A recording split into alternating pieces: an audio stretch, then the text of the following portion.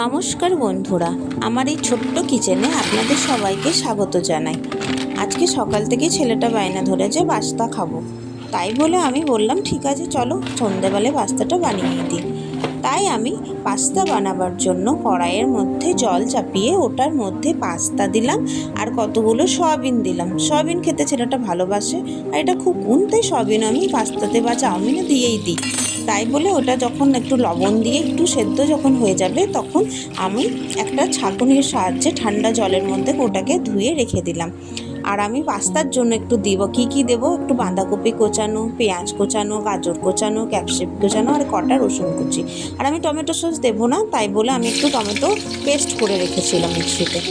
এরপরে কড়াইয়ে তেল চাপিয়ে তেলটা গরম হলে আমি একে একে সব সবজি দেবো। প্রথমে রসুনটাকে আমি একটু ভেজে নেব, তার মধ্যে বাঁধাকপি কুচানো দিয়ে গ্যাসটাকে হাই করে আমি বাঁধাকপিটাকে প্রথমে একটু ভেজে নেব। একটু ভাজা হলে আমি তারপর ওটার মধ্যে পেঁয়াজ কোচানো, গাজর কোচানো, ক্যাপসিকাম কোচানো সব সবজি যতটুকু সবজি আমি রেখেছিলাম কেটে সবগুলোই দিয়ে ভালো করে কড়াইয়ে খুন্তির সাহায্যে আমি নাড়তে থাকবো। সবসময় গ্যাসের ফ্লেমটা আমি এখন হাই রাখবো। যখন ভালো করে ভাজা হয়ে যাবে তখন আমি এটার মধ্যে হালকা লবণ দেব। লবণটা দিয়ে হালকা কড়াইয়ে একটু নাড়াচাড়া করব। নাড়াচাড়া যখন হয়ে যাবে তখন আমি এটার মধ্যে যে টমেটোটা আমি বেটে রেখেছিলাম বন্ধুরা, ওই টমেটো বাটাটাকে দিয়ে দেবো। টমেটোটা বাটাটা দেওয়ার পর তারপর আমি একটু ভালো করেই ভাজবো, কারণ টমেটোর কাঁচা গন্ধটা যাতে চলে যায় আর ওটা যে জলটা ছিল টমেটোর মধ্যে যে জলটা থাকে ওটা যেন শুকিয়ে যায়। তাই আমি ভালো করে ভেজে নিয়ে যখন দেখবো জলটা টেনে নিয়েছে আর সবজিগুলো সব ভাজা ভাজা হয়েছে তখন আমি হালকা একটু চিনি দেবো। তার কারণ যেহেতু আমি টমেটো বাটা দিয়েছি, সস দিইনি, তাই আমি একটু চিনি আর হালকা নুন দিয়ে আমি এটাকে ভালো করে ভাজা করে নেব। দেখতেই পাচ্ছেন বন্ধুরা যে তেলটা একদম টেনে নিয়েছে আর বেশ ভাজা সবজিগুলো হয়ে গেছে। এরপরে যখন ভালো করে ভাজা হয়ে যাবে তখন আমি যে সেদ্ধ রাখা পাস্তার সয়াবিনটা রেখেছিলাম ওটা আমি দিয়ে দেবো। আমি ভালো করে এটাকে নেড়ে ভালো করে যখন নাড়াচড়া করবো তখন আমি একটু গ্যাসের ফ্লেমটা আস্তে করে দেবো, তার কারণ সবজিগুলো যাতে লেগে না যায়। একটু আস্তে করে ওটাকে নেড়ে নিয়ে ভালো করে ওটার মধ্যে আমি একটু সয়া সস দেবো আর একটু আমি সিজওয়ান চাটনি দেবো।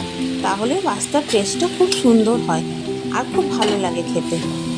তারপরে ওটা দেবার পর আমি গ্যাসের ফ্লেমটা জোরে করে নিয়ে আমি ভালো করে এটাকে মিক্সিং করব খুন্তির সাহায্যে।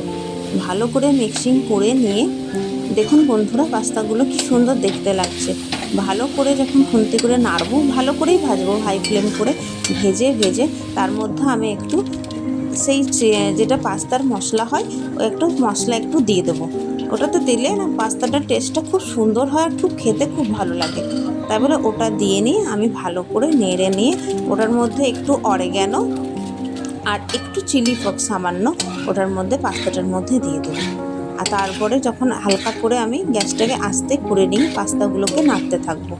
যখন ভালো করে দেখবো ভাজা হয়ে গেছে তখন আমি একটু চিলি ফ্লেক্স হালকা দিয়ে দেবো, যেমন আপনারা ঝাল খাবেন সেই হিসেবে দেবেন। নিয়ে তারপরে ওটাকে আমি নেড়ে চেড়ে পাস্তাটাকে জোরে করে ভালো করে নেড়ে আমার পাস্তা অলমোস্ট শেষ, তৈরি হয়ে গেল পাস্তা। এরপর আমি পাস্তাকে একটা প্লেটে রাখলাম আর খুবই সুন্দর দেখতে হয়েছে বন্ধুরা, খেতেও খুব টেস্টি হয়েছিল। আপনারা এটা রেসিপিটা অবশ্যই ট্রাই করবেন।